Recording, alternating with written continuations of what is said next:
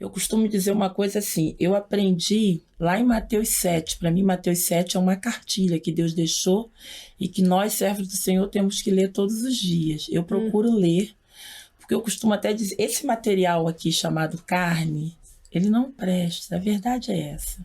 Se nós formos por isso aqui, nós sabemos o que vai acontecer. Mas quando você vive no Espírito, quando você vive para Deus verdadeiramente, você se entrega para Ele. Nós já ressuscitamos em Cristo. Exatamente. E quando você se entrega verdadeiramente para Ele, essas coisas vêm sim, vêm para nos abalar. Porque é como o Senhor falou aí agora, se alguém ela deixa de dar ouvido a Deus e começa a dar brecha para o inimigo, o que acontece? Ele pega e entra. E faz. Mas quando eu permaneço em Cristo, ainda que essas adversidades venham, que é como ela falou, as pessoas muitas das vezes pensam que nós não vamos passar por adversidade, como uma perca também, muitas das vezes, de um filho, de um ente querido também. E tem muitas pessoas agora, pastora Rose, que pode estar com um problema no casamento. Essa pessoa também pode ter tido um problema igual teve o seu esposo, que caiu na tentação e traiu a esposa, né? Mas não quer dizer que porque ele fez isso, ele tem que ficar prostrado, né?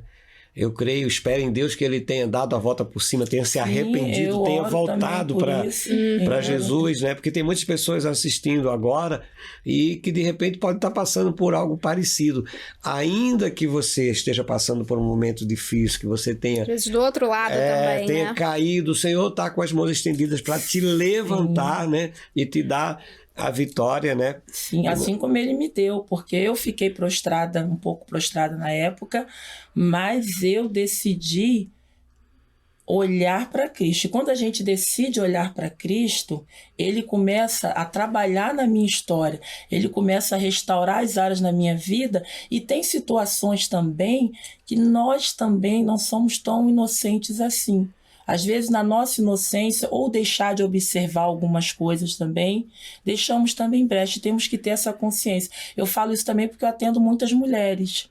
E, às vezes, a tendência é jogar a culpa só do outro lado, da outra parte.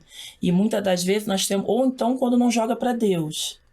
Então, nós temos que olhar também para dentro de si e procurar buscar em Deus aquilo que está demais, que está sobrando em mim, aquilo que possa estar atrapalhando esse mover, e pedir a Deus para Ele acrescentar o que está faltando. Porque quando nós fazemos isso, Deus ele nos dá a resposta. Deus ele trabalha nas nossas áreas. Deus ele nos faz entender que não só nós precisamos, como a outra parte também. E como eu não consegui fazer com que essa parte do meu marido entendesse, eu também não falei, eu vou ficar prostrada. Eu falei, eu vou viver a minha vida com Deus.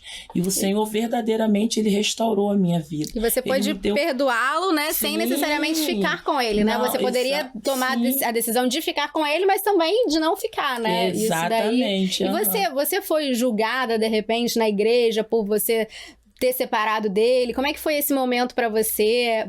Assim, essa parte foi que eu falei, assim, eu fiquei um pouco prostrada na época, porque, assim, muita gente também não entendia. Eu casei e, de repente, em 6 meses você tá em lua de mel ainda. Sim, eu fui traída. Tava muito recente. Exatamente, a outra pessoa tava grávida.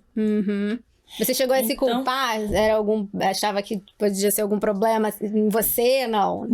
Não, depois ele até disse para mim que foi uma fraqueza, que ele nem queria dar o divórcio depois, mas acontece que tinha uma criança também.